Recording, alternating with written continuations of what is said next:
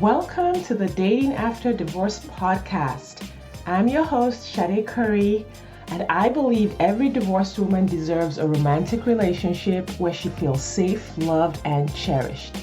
You can create the most amazing life after divorce, and I will teach you how. Hello, everyone. Welcome back to the Dating After Divorce podcast. As part of the Remarriage Club series, I have in the studio with me Dr. Viola Pierce, and I'm going to let her introduce herself in just a minute. But this very dynamic woman is going to share such a powerful story of being open to a new relationship and going for it very, very boldly. So welcome, Dr. Viola, to the podcast. Thank you for having me. Please introduce yourself to the audience. So my name is Dr. Viola Pierce. I am the owner and CEO of VP Nursing and the Nurse Nurturer, where our goal is to teach nurses how to work from their computers anywhere around the world, making money and owning their own time. Awesome. I love that. So basically you teach nurses how to have their own business. Like, yes, ma'am. If you want to work for yourself from anywhere in the world, she's your girl. As long as they have Wi-Fi, we're in a business. There you go. That's awesome. So you are remarried after your divorce. Yes, ma'am. And why don't we start? Let's start with you telling us kind of like where your family is. What does your current family look like? And just a little bit about you, your husband, kids, etc. So we have 5 children altogether. They're 35, 33, 24, 24. We have 2 girls that are 24. The other 3 are boys and an 18-year-old. We have 6 grandchildren altogether, with the 7th one on the way. And life is grand. It is fun. We have a great time. Awesome. It's just amazing. How long have you and your husband been married? We've been married for 6 years. 6 years. Okay. So your kids were already grown, at least, or somewhat grown. Yes. When you got married. Sounds like the youngest would have been 12. Yeah. So what we actually met we knew each other before our daughters graduated, but we actually exchanged numbers on our daughter's graduation date. They both graduated on the same day. They just graduated from 2 separate schools. And he was working. He's a law enforcement officer, and he was working my daughter's graduation. And so that's when we exchanged numbers. Got it. Awesome. I love that. I love that. Like you had that, it's almost like your families sound like you were a perfect fit. You have perfect. It was absolutely perfect. Right. And I tell my clients, a lot of times they're worried about, it's interesting, the divorced women who have younger kids will be worried that they won't find someone because they have younger kids. The ones who have older children will be like, oh, great, now I'm too old, right? Like my kids are grown, I'm kind of, a little older, and so I can't find someone there. And the people who have teenagers will be like, oh my goodness, my teenagers are being teenagers. No one will want all of that drama. And I want to hear your take on this. But my take is that generally what happens is like kind of attracts like. And that's been my experience and my observation of people who've successfully completed this journey. So, interestingly enough, that's what I thought too. This is honestly what I thought when I divorced my ex-husband. I thought that the men that were good men were already married.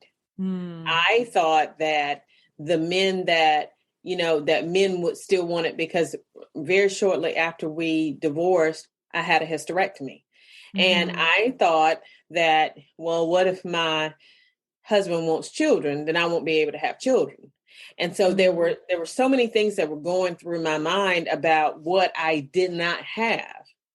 And then I had to take a turn. I had to switch it, right? And I said, you got a pretty good career, all right? You've been a nurse for a long time. You own your own home. You're cute. You're still cute. You're very cute. I'm looking at you. You're super cute. So, I'm not understanding why are you focusing on the negative? Because if you look for the negative, you'll find it every time. If you look for the positive, you'll find it every time. So I had to focus on my positive. And once I focused on my positive, then it was a game changer. And so that's kind of how I attracted that. So when I asked my husband about children, he was like, I don't want to want children. Right. Okay. Yeah, I love that so much, because basically that means that there's someone for everyone. If That's you're right. not having more kids, you're going to find the guy who doesn't want any more kids. If you have small children, you'll probably find the person who wants small children. And I have one of the ladies who's scheduled to be on the podcast. She had 6 children, and she ended up with someone who had 5 children. So between them, they got a whole bunch but they both had the same characteristic. They needed someone who was ready for a big family. Right. I love that. Yeah, no, thank you for sharing that. It's whatever you have that is your asset. That's right. For the person that you're going to be with. All right. So let's back up a little bit to how long were you divorced before you connected with your husband? 2011, 2014. So 3 years. Took you 3 years. Okay. Mm-hmm. And were you ready? After the divorce, were you I'm going back out there? Or were you reluctant? What was your take on it? So I was not reluctant. And the reason why I was not reluctant was because my parents were married for a long time. I come from a Pentecostal holiness background, and I've always imagined myself as a wife. So I really could not imagine myself, being anything other than a wife. Mm-hmm. And so, I was ready to get back out there, but I was ready to get back out there way too soon, because I had not yet healed myself. And you don't really know what that looks like, and what that, because when you say heal yourself, you don't really understand that. And I didn't understand that. And I didn't know what that meant. All I knew was that I just didn't want to spend the rest of my life alone. Right. Mm-hmm. That's all I knew. And so I went back out there. But the problem when you are in a relationship that is not necessarily working, typically is on both sides. Mm-hmm. And so you have to understand that you have to fix yourself because you're going to take yourself into that next relationship. Mm-hmm. And whatever, characteristics that you had in that previous relationship, then you have to fix those characteristics. And so, there were several things that happened to me once my husband left. And when he left, I said, well, let me figure out the reasons why. Let me think about what's going on with you. Mm-hmm. And when I started to work on myself, then it was a game changer. And I, and now I attract who I am, right. And my whole circle is different, not just with my husband. My whole world is different. 100. Oh my goodness. I just want to pause there. There's just so much. You just said so much in there, right? Because actually one of the things I will work with my clients on is what I call a relationship audit. And it's because after their divorce and as they're dating, as they start to understand what a healthy relationship looks like versus an unhealthy relationship, they realize that so many of their relationships are unhealthy.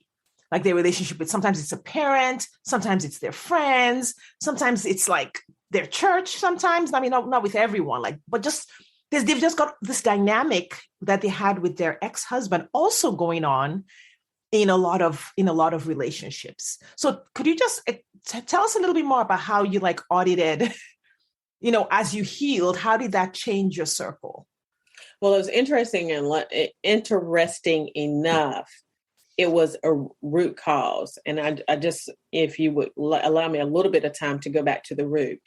So the root was that I had this friend, and I'll call her a friend, way back when I was younger, she shunned me. I looked up to her. I was a follower, and I thought that she was the best thing since Wonder Bread. We were probably about 10 years old, I guess, at this time.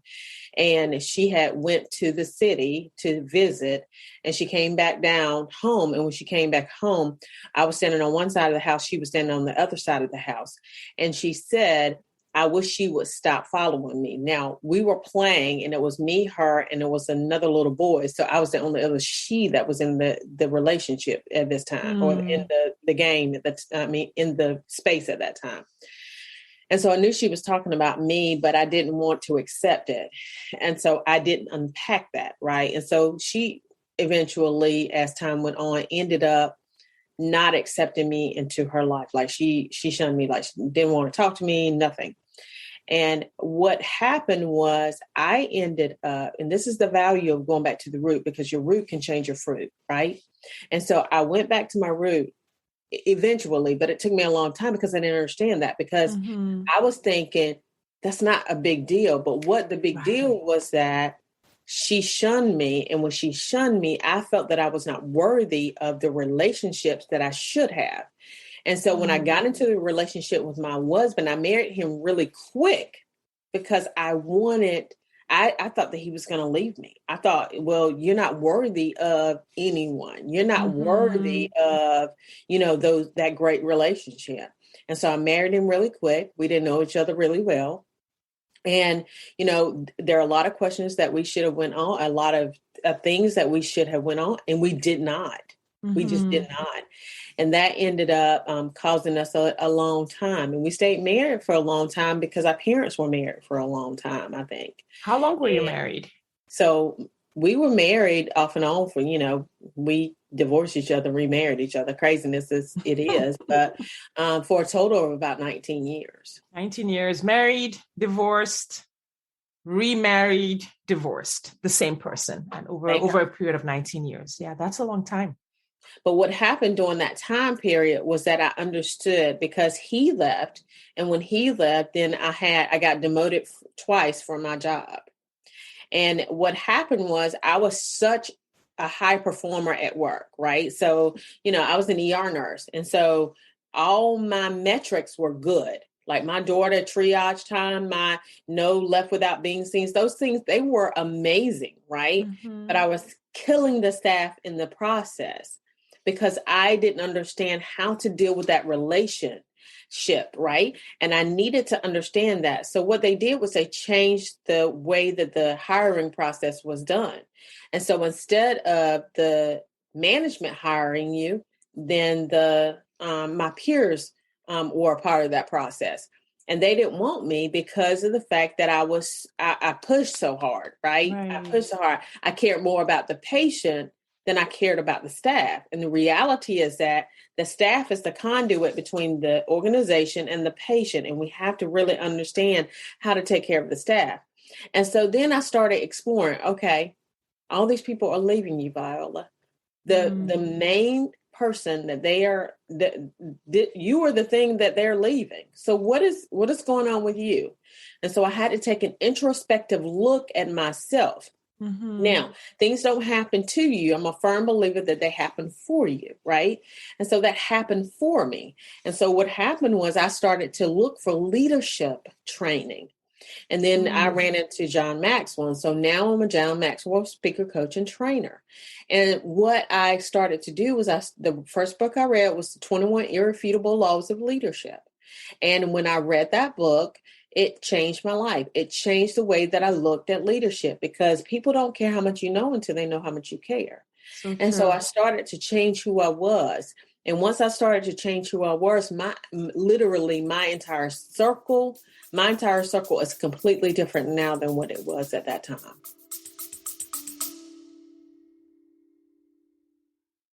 Do you wonder exactly how divorced women just like you are meeting eligible men who want a real relationship and a commitment? They're doing it by dating with their core values. Your core values are the GPS that lead you to the partner you've been looking for. When you use your core values on dating apps, text messages, and at social events, you will easily connect with your true match partner without chasing, settling, or wasting time with non-committal men.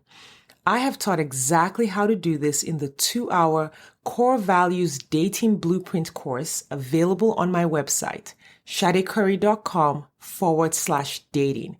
That's SADECURRY.com/dating. You will learn exactly how to identify your core values and use them on your dating profile, how to ask the right questions via text, and how to tell the right stories on dates, so that you attract the right people and repel those who aren't right for you. If you're ready to meet your true match, hop over to shadecurry.com/dating or click the link in the show notes. Now back to the episode. Yeah, because the way you looked at the world and the way you showed up in the world, like, was 100% different. 100% different. 100% different. Did you, and it's interesting that you mentioned that, like, the defining moment for how you saw relationships came from when you were 10 years old. And I totally relate to that. And I'm a firm believer, this is not for everyone. Some people need this work. Some people do not. Like I always say, there's no one size that fits all. But for me, for sure, I had to do some work from my childhood. I still continue to do that work. Did you have to go through therapy? Did you just do coaching? Like, how did you walk through the process of recognizing what the root cause was and how to change your patterns? So I did have a coach who helped me walk through that process, but I didn't know that it was that. I knew that it was that moment. And the way that I knew that it was that moment, when you go through your doctoral degree, you have you have to defend your project, right? We're DNP, so we have a project as opposed to a dissertation, right? So we had a project that we had to do, and we had to defend it. And I remember literally standing up from the defense of that project, and God spoke to me just as clearly, because now, mind you, this person who I'm speaking of, she eventually went off to not do some not so good things. Like she started stealing from people. Like she couldn't keep a job because she was almost like a kleptomaniac, right? Yeah. Well, she then ended up passing away when we were in our 20s. And I wasn't close to her, and I felt the pain of it, right? But I still wasn't close to her. Anyway, it ended up that God said, he spoke to me just as clearly. He said, you would not be where you are had I left her in your life. And what we do is we try to hold on to people that God is not designed for our life. People come into your life, I'm a Tyler Perry fan. People come into your life for a reason, a season, or a lifetime. And the problem is that we put lifetime expectation on seasonal folks. Oh, and that's a word right there. And when people walk out of your life, you got to let them go. And when TD Jakes said that, because I say all the time, he has this video it's called Nothing Just Happens. And so with that video, I say, if that video was watched 1 million times, I watched it 500,000 times, because I had to get that in my spirit. I had to get it in my spirit because I love people and I don't like to say goodbye. I want to keep you as a friend, even though you may be toxic in my life. But I've learned that I've got to let people go because for my own mental health. And so, when he said that, and he quoted the scripture, it's they came out from us, that it may be manifested they were not of us. For had they been of us, no doubt they would have continued with us. That thing changed my life. Yeah. People walk out of your life because they are not tied to your destiny. And I had to understand that my ex-husband walking out of my life was because he was not tied to my destiny. Yeah. And my life was exponentially different once he did walk out. Yeah. Yeah. I use slightly different language because I came through. So after my divorce, I walked through more recovery, therapy, coaching, but I'm just like amazed at all the parallels in the stories, because I was that girl too. I was like, hold on to everyone. Like my high school, like after high school, everyone kind of dissipated, went everywhere. I was the first person who like started an alumni website, put everyone's information there. I was like gathering people from the ends of the earth onto the alumni website, that kind of thing. Because of that, and the language used in psychology is that sense of abandonment, wanting to belong, wanting that sense of family, even though you might have a family for whatever reason, whatever happened. And of course, I won't tell my story on your on your episode. That sense of like just needing people in your life can really take you down a path that's like not healthy. And so for me, that was also unhealthy. I was never going to divorce my ex, no matter what he did, which is, now that I look back, I'm like, that was kind of crazy. Like, girl, you should have left that a long time ago. Yeah. So that's really powerful. So that was it about like kind of like the relationship, like how you kind of redefined how you showed up in relationships in your life and how you walked through that. How did you feel after this healing process? Like, if you could just describe how you felt kind of at the beginning when you started realizing things were different, and then how you felt, like literally feeling in your heart and in your mind after this process. So at the beginning, I felt broken. I felt like I was broken. I felt like, who's going to want you? And then once I got through the healing process, it was, well, we just, I'm whole now. I'm whole. I'm 100%. And whoever gets me will get an amazing woman. Yeah. And that is exactly how I looked at it. And so I looked at it as I'm going to give everybody my phone number who asked for it. Okay. Everybody. If you want a phone number, I'm going to give you my phone number. And so literally it was, if I get a good date, then fine. I'm not falling in love on the first date like I normally do. Cause I love people, right? I'm going to see how you are. And then if you're good, then we're in the business. But if you're not, then we're not. So you dated offline. You didn't use the dating apps, correct? No, I didn't. Okay. So I love this because I have my clients, I have my dating app camp. And then I have my offline dating camp. My recommendation is always, listen, we can use both. I teach you how to use both. But I really want you to talk about what that looked like for you. You're like, okay, I am meeting people. I am meeting guys. I'm giving everybody my phone number, right? What was that journey like?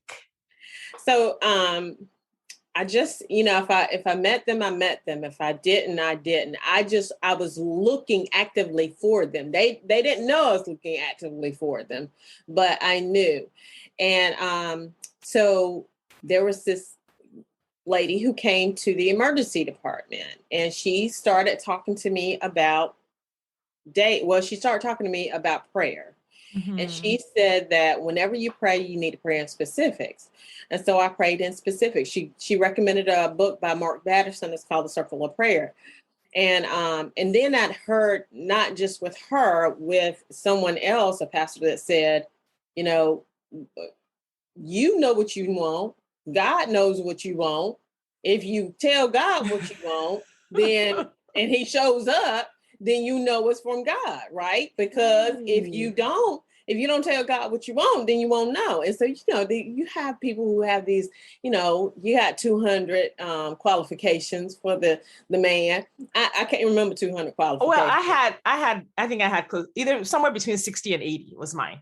60 and 80. And that's because you're smart and you can remember that. I can't remember all the qualifications. Well, here's the thing. This is what I say, is that there's no one size that fits all. It's not a formula. People are always looking for a formula. Should I have 5 things or should I have 100 things? I'm like, it's not a formula. It depends on you and the guy that you're looking for and how things work. You sound like you're super intuitive to me.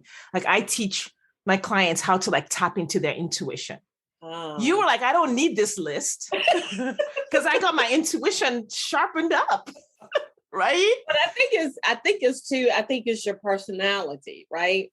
That's true. Some people have I use the DISC assessment all the time. So some people have a C personality where you have to be very detailed, right? I mean, I'm an ER nurse, right? We ain't got to be detailed about nothing. Okay. Right. Well, actually, in this case, I think mine was because I didn't have the parents that you had. See, I had no data on a healthy relationship. None. I had to sit down and say, when a man is a good man, this is what it looks like. When a man loves a woman, this is what I had to look around me. And I've told this on the podcast, at work, I would listen for the guys who were loving their wives. And I'd write down, okay, he called her cutie. A man who loves you will give you a little pet name. I needed the little subtle signs that I hadn't observed over a lifetime. That's really good. That's really good. So it was my engineering mind. I will say that. That C personality, that detail. Yes. See, I didn't have detail. Yeah. But it worked. And the results, I always tell people, your results will tell you if you're doing it right.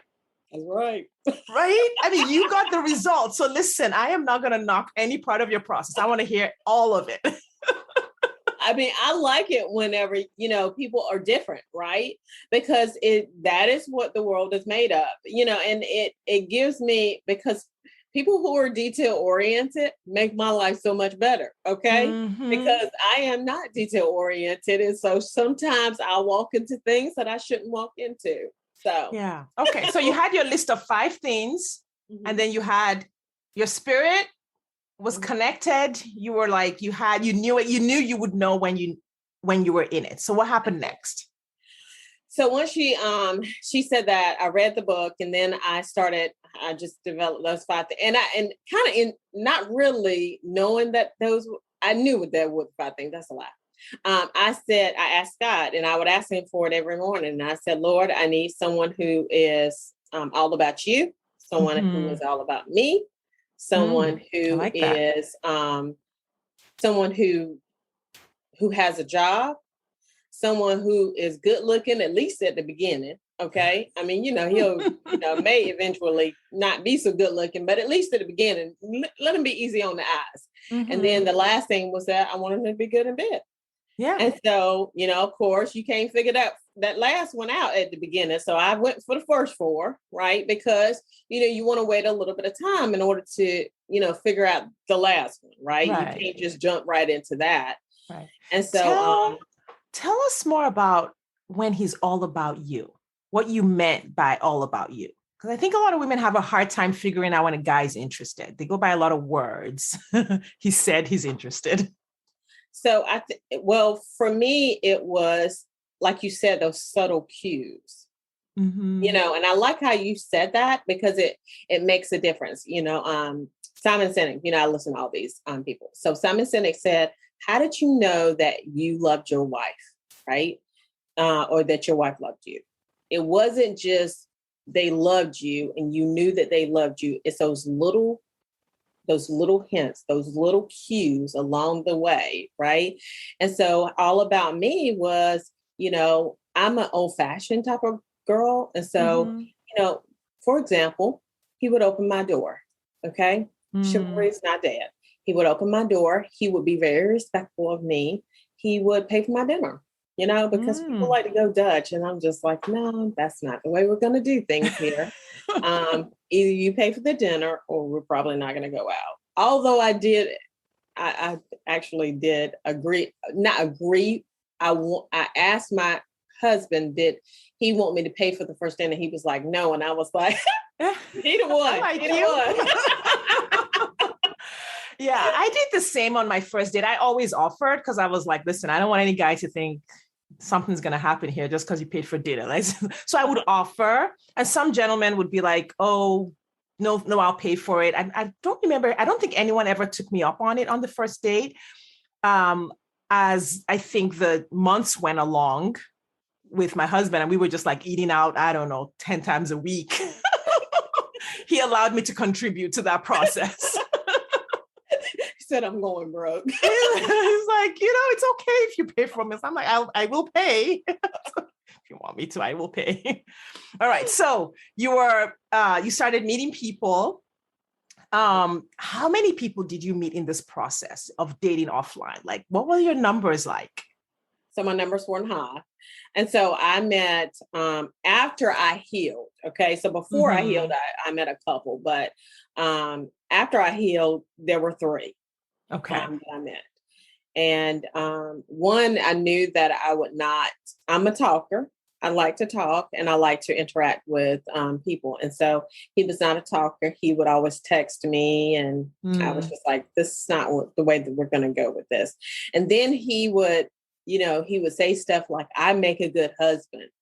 Well, you don't have to tell me that. I'll know. Okay.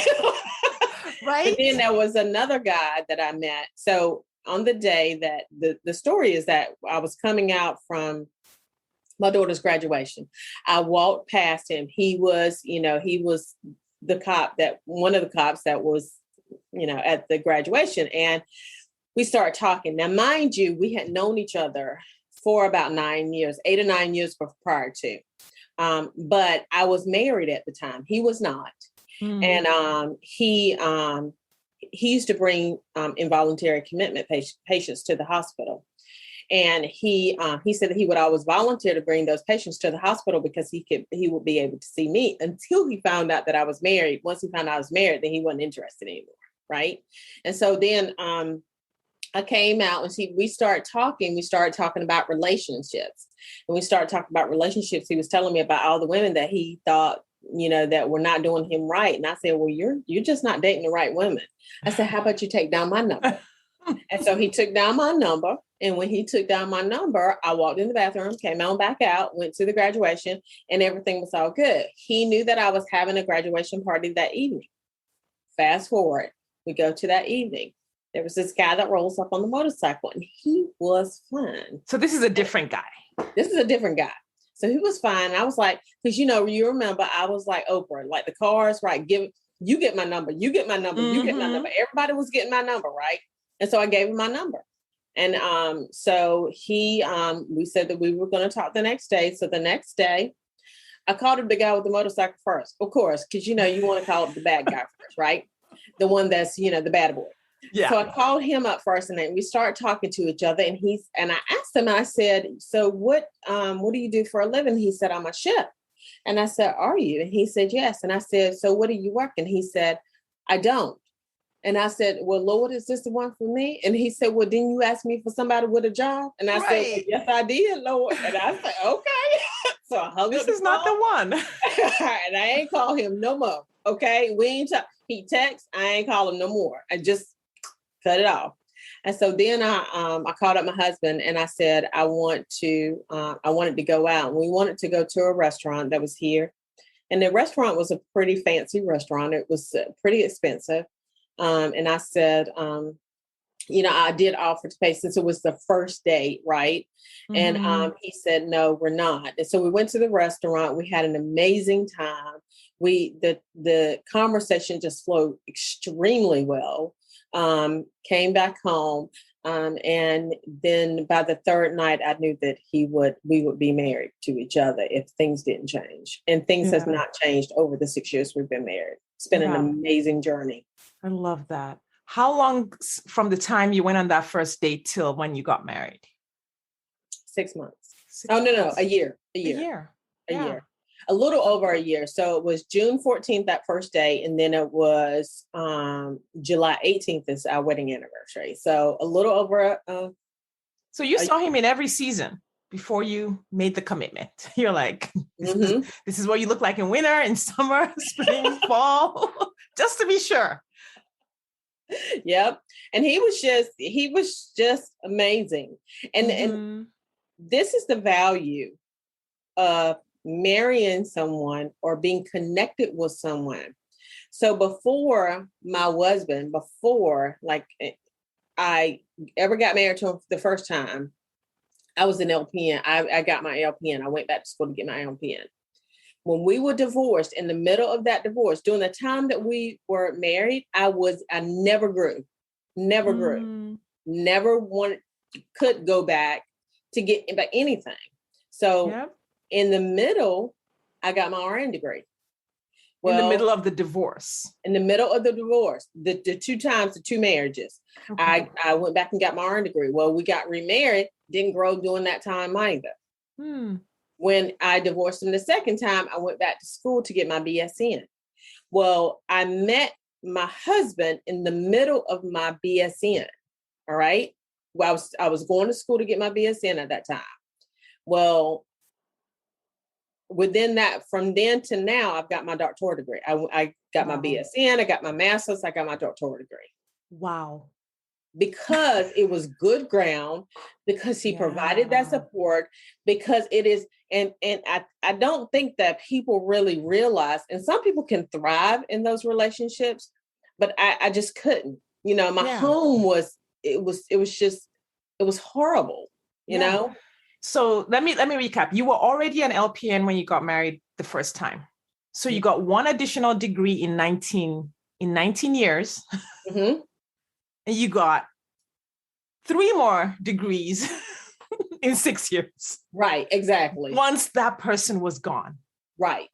Because your home, and this is the thing, when you hit my front doorstep, that's my peace.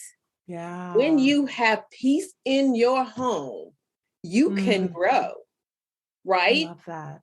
You have a safe space. I love that. And I have my safe space here. And so nobody can come to my house. I mean, my husband ain't gonna let you come to my house. It's like Viola's building a business. She's getting her duck. What are you doing here? Why are you messing with her? Love it. I love that so much. It sounds to me like part of your success was that you did the work to show up differently in the world.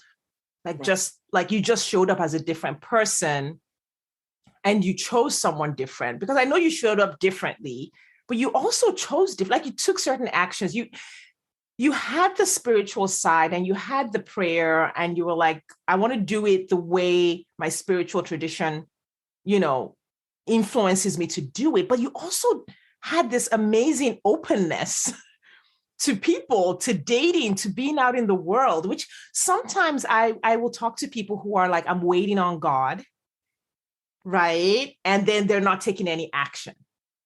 Do you have anything to say to help? The story about, waiting on God, What is the story about waiting on God? Tell me.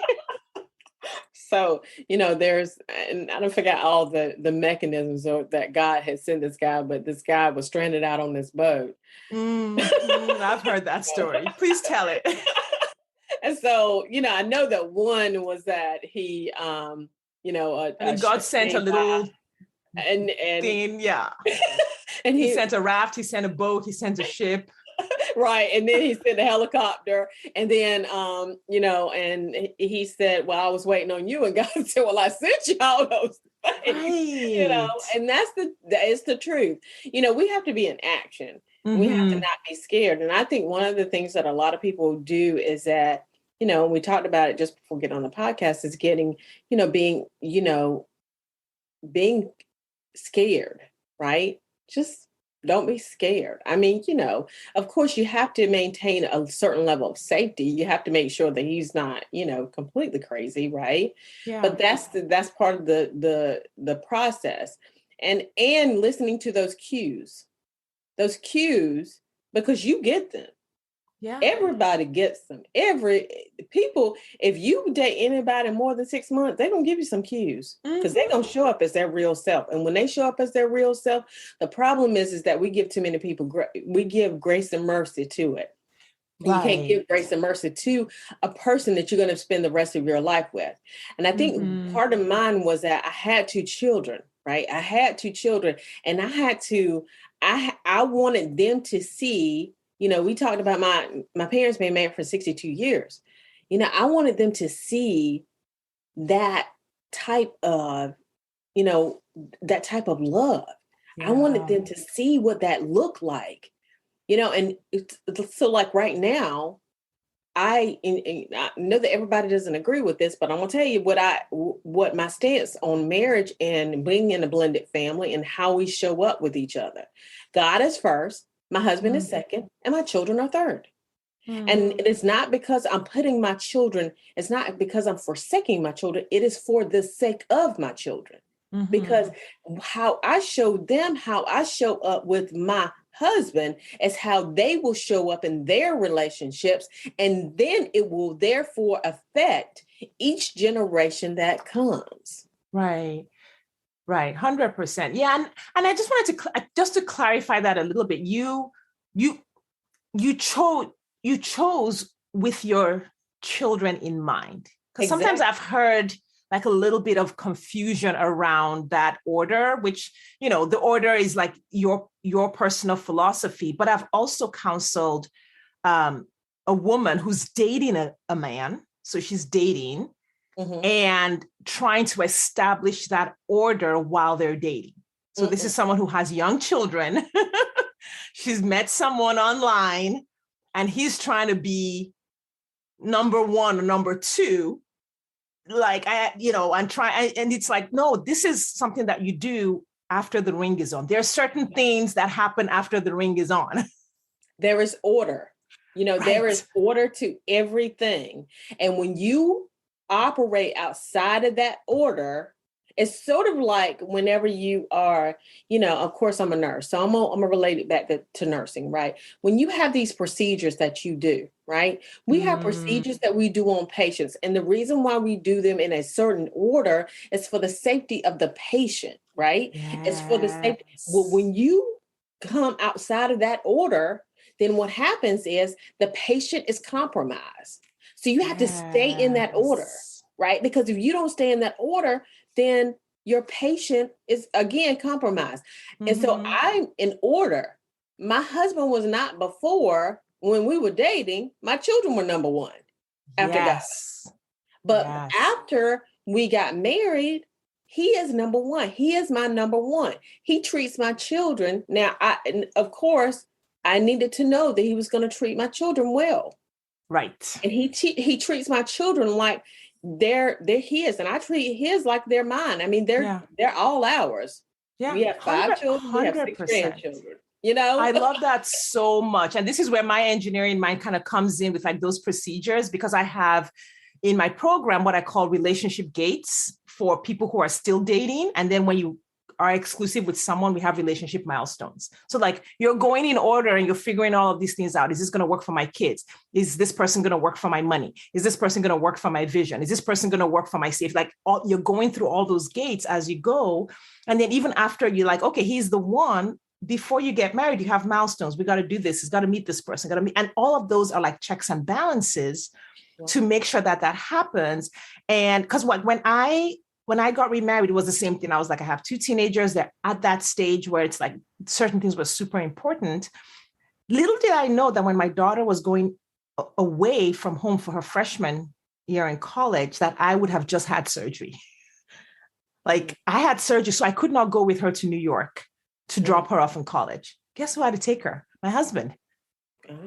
Imagine if I had married anyone other than a person who could safely take my daughter to New York and make her first day on campus in a new city amazing, right? It's just like, we have to think about those things going. Right. We got to think about those things going. And like you said, you're choosing for your daughters. You were choosing for a person who could show up at their weddings, person who would be grandfather to your grandchildren. Like these are all things that sometimes in the middle of that like romantic dinner, you forget to think about that. Right. Yeah. And those are cues, and you really have to pay attention to that because, I just think about how when I look back at how my father, me and my father, how my father treated me, right? When I think about how he did for me, you carry that, right? Yeah. So, I had a bunch of mouth when I was younger. I mean, we all, most of us girls do. Okay. So I had a bunch of mouth when I was younger. And my dad always showed up for me. He always, he was like, she got mouth, but that's okay. Yeah. And so then when my daughter had mouth, okay, when she got an attitude, I still showed up for her. Right. Because all the time. And so those are the things that I wanted to see in my husband. And God, because I prayed to him, and I'm a firm believer that he sent him my way, because I prayed to him and I prayed in specifics, and we talked about it literally all the time, right? It was on your mind. You made it a priority. Exactly. I love that. And so once I got him, it was a game changer. And we have an amazing relationship. I want to talk about that. What's been surprising for you? Like, what are you guys about? Like, if you were to say, how like your relationship brand, what kind of things do you guys do? How do you have fun? Well, I describe us all the time as a power couple. Amen. I mean, and the reality is that we are very, like, we really, really have each other's back, no matter what. I mean, no matter what. And the thing about my husband is that he showed me, like he has put in the work, and he has showed me how he's going to do. And so there may be some things that I may not like to do, but I'm going to do it if he likes it, because he has put in the work for me. He has shown me, he has led my household. Yeah. I mean, I'm a pretty strong, dominant D. I mean, I'm a, he was a Christian as well. He was that compatibility already there? It was already there. Okay. It was already there. Now, he didn't go to church as much as I did. I went to church every Sunday. He didn't go to church. He actually started going to my church. And so it's now our church. But, the reality is that he didn't do that, but he did have that Christian background. But he was very, very just like he catered to me. And even today, he caters to me and I'm going to cater to him. Yeah. So he comes to your church now. Right. How did you know? I know I'm going into a lot of questions about like the spiritual aspect, because I do have some clients, not small, I don't know, I would say about a quarter of my practice are Christian women. And there's just so much misinformation about what it means to be Christian and divorced, Christian and dating, Christian and married, right? And so sometimes there's this, he says he'll come to church with me story. How did you know he was going to keep coming to church with you? I didn't know. I mean, it wasn't. Did you care? Like, was that Absolutely. Well, you took that risk that he might not. And you're right. I took that risk that he may not, but you never know how people, I don't know how he's going to act 10 years down the road. Right? It's so true. We're not in control. All I know is the history of what has happened up until now. And so history is the best indicator of the future, right? Mm-hmm. And so the reality is that he, for the whole time from the very beginning, I told him that was super important for me.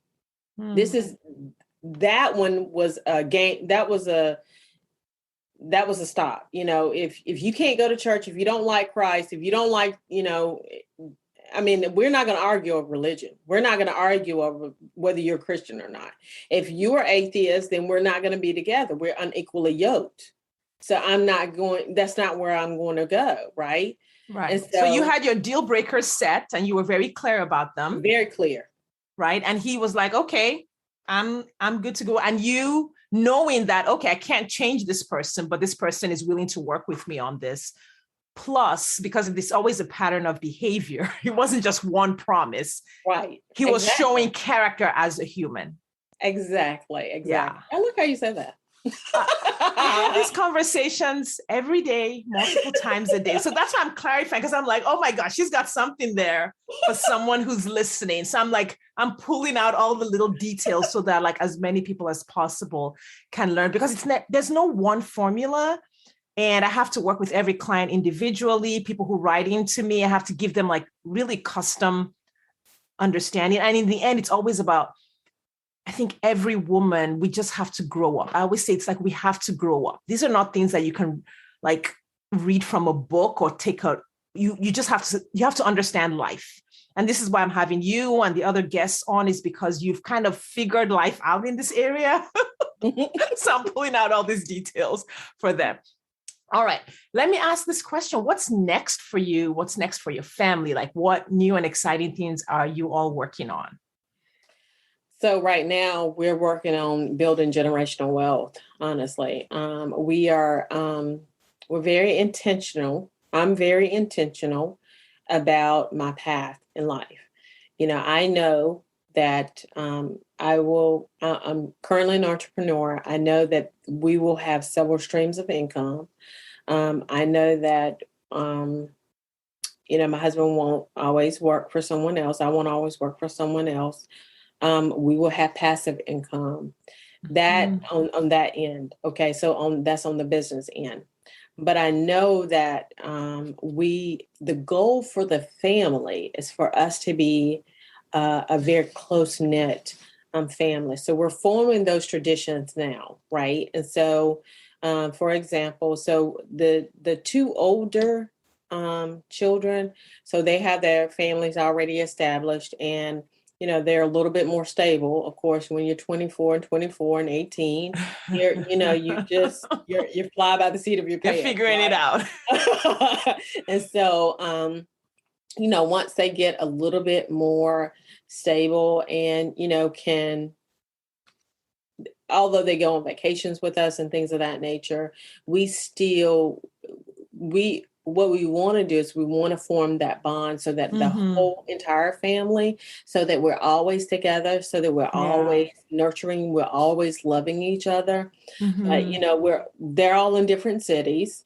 And so trying to pull them together, sometimes can be a little bit difficult, but that's the goal. The goal at the end of the day is for this to be their safe space, for this to be the house that they come to, that they can receive love, that they can also receive chastisement for the things that they, and not necessarily chastisement, but really a nurturing, growing mindset, right? Yeah. Because it's time over for us to stay settled and not grow economically, okay? And not grow spiritually and not grow emotionally. I mean, we have to have that growth over and over and over. And we have to have those conversations. It's not going to be perfect every time, and everything is not going to work out every time. But the goal is for us to move towards that shore of perfection so that we are, and I'm not going to look back at them because they're 50 paces from the shore and I'm 5 paces from the shore and say that you're not worthy of, that's not the way that this is. This is a growth environment, and we just want to love them. We want to love them without a shadow of a doubt. And we want to show them that love, because if we show them that love, then what I know for a fact is that our grandchildren will be shown that love, and that their children will be shown that love. Because at the end of the day, if we can I'm a firm believer, if we can love God and we can love other people, then we got 98% of it right. Yeah. Oh, Dr. Viola, that is so inspiring. Like, just your breadth of vision from having to rebuild after 19 years, 2 divorces, and, in an environment where your growth was just held back so much, like you just taking this post-divorce journey, and you've crammed so much vision and so much growth and so much rebuilding into 6 years. Like, that is so inspiring. I know the women listening are just going to listen to you and hear what's possible for them. So I really just want to appreciate you for being willing to share openly about your life and where you're going and what you're doing and the work that you're doing with your family. I know blending a family is not an easy job, even in the best of circumstances. Like you said, even the logistics of it can be so challenging. So just thank you so much for being willing to share openly. As we wrap up, I'd love for you to tell these amazing ladies, some of whom I know are nurses, where they can find you, how they can reach out to you, if they want to talk to you, coach with you, build a business with you. Where can they find you? So I'm on all the social media outlets. Most of them, YouTube, under the Nurse Nurturer. We have a YouTube channel where I, especially if you're a nurse, I would love to interview you, because all of us have stories that for us to overcome. And I do a podcast very much in the same way, which is just, on YouTube. And then, of course, I'm on Facebook and LinkedIn and at VP Nursing. And then, of course, in my website, and that's V as in Victor, P as in Paul, nursing.com. And we're on Clubhouse too all the time. I host a Clubhouse room every Saturday morning, 6 a.m. Eastern Standard Time. And we talk about your big, audacious goals. Oh, I'm going to join that. I want to be in that room. Thank you so much. We're going to add all of those links in the show notes. Ladies, make sure you click through to the show notes. Follow Dr. Viola Pierce all over her website, social media, and on YouTube. Thank you for your time and attention today. Thank you, Dr. Viola, for being here. Thank you for having me. This has been super fun. I've had a good time. Yeah, my pleasure. Thanks, everyone, and we will see you next time. Thanks for listening today. If you are ready to get married after divorce, I want to invite you to download my free 8-video training specifically designed to help divorced women date with ease and get married again. head over to sadecurry.com to get started. That's SADECURRY.com. I'll see you inside.